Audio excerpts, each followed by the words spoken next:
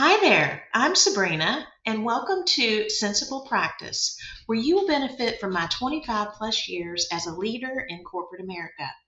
Today, in this video, I will be sharing with you how silos can really damage a company's bottom line.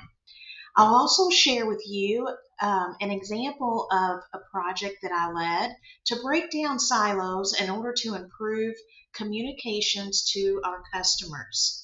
So if that sounds interesting, let's get to it.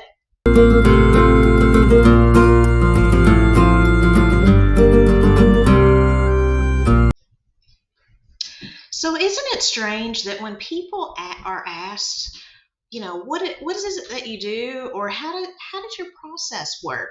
You might sometimes get, why do you want to know? Or it's a little bit complicated versus, sure, let me show you how to do it. I think that, siloed areas, they tend to keep their work pretty close to the everybody that's in the department.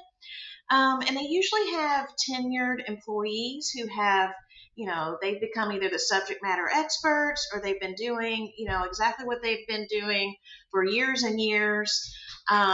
Some silos are even built around, close connections with others in the department.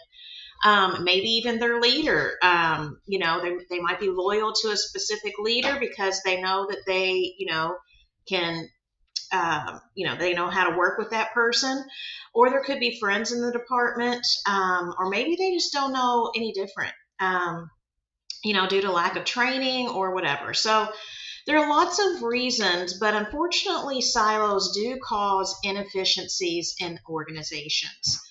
And so, in order to identify insights, gaps, and processes, and really improvement opportunities as well, you need to have cross pollination of information, into different departments, collaboration, just really understanding what that process flow is all about. So let's jump into a good example of a siloed organization and how it impacted the end result. So a few years ago, I was tasked with organizing the messages that went to a specific customer group from the company. So easy peasy, right? Not really. So little did I know there was really no controls in place. There was no editing or branding on these messages that were going out. There were duplicate messages from all over the company going to these customers. And really, the result was the customers were receiving multiple, actually, a significant amount of duplicative mail. They could get like 20 letters of a similar topic in one day. It was really a nightmare. So what we did to really fix this is 5 steps that I took. It's really more than 5 steps, but I kind of broke it down into these top 5. What I needed to do first was to stop the bleeding. I needed to create a communication governance. I needed to, have an intake form for any new communication that was going out the door.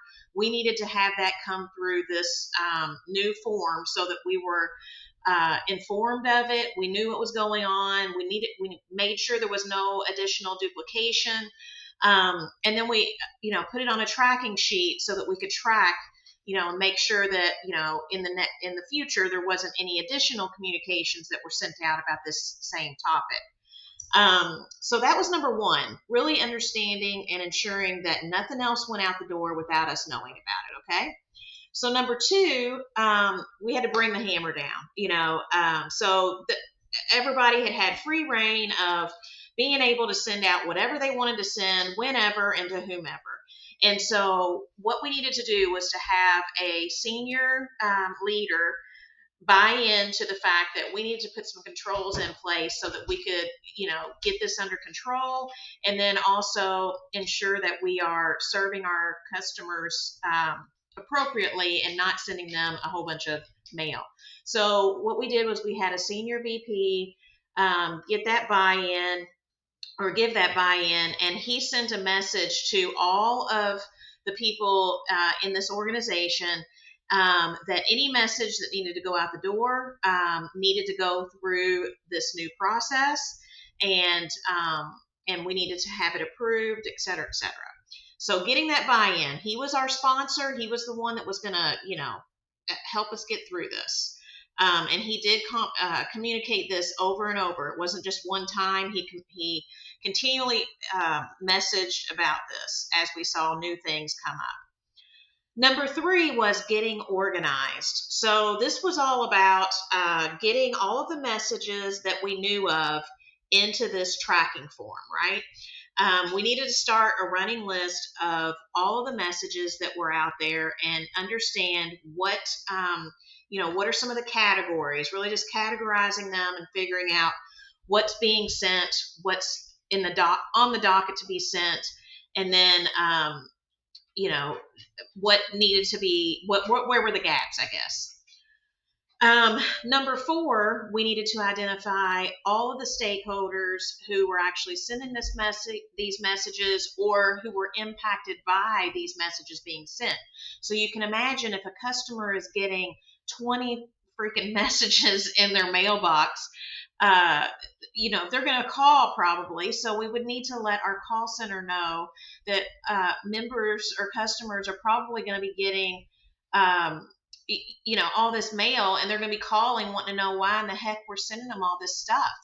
So anyway, so we did a stakeholder analysis to understand who needed to be involved in work groups going forward, and then who was responsible for this governance committee that we were setting up, who would be coming to that, and who could be making some decisions as we talk through things.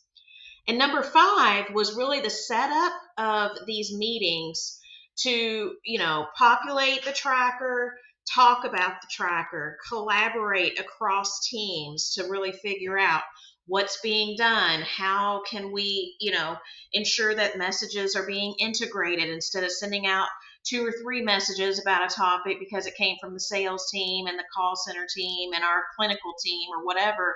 We needed to connect those messages and send one message and figure out how to word it so that it has all of those departments incorporated into it versus sending out multiple messages to the customer. So that's what we did with the governance team. It was really more of a collaborative effort to ensure that everybody was talking about the things that were going on. So the ultimate result is that silos cause companies to lose money. And the ways that equates to, what that would equate to would be, duplicative work. That would result in overspending or maybe too many employees doing the same job. You would have production delays, so things could be past due with regards to like when you're supposed to get your product to market, or a service delivery delay, that sort of thing.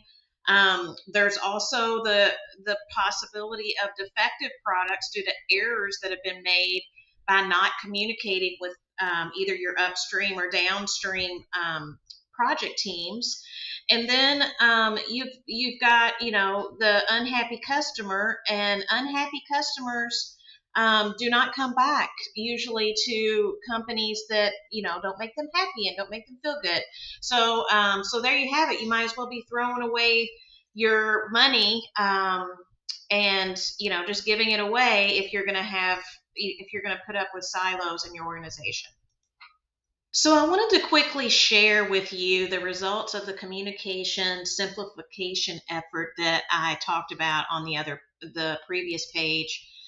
And as a result of that, what we, after a couple of months actually, of really digging in and figuring out what all was going out and really just taking control over ensuring that we knew what was going out and documenting and collaborating, we had, consolidated messages across multiple teams. There were fewer letters that went to the customer, improving customer satisfaction.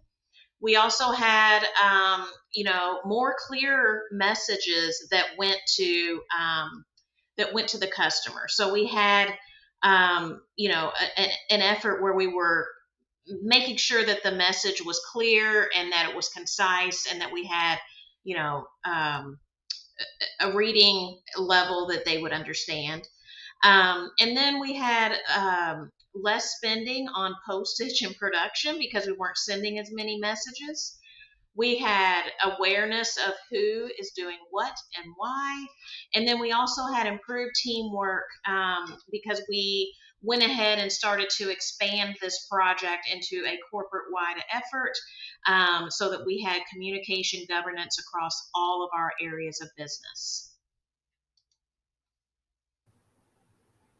All right, that's a wrap, everybody. Thank you so much for watching.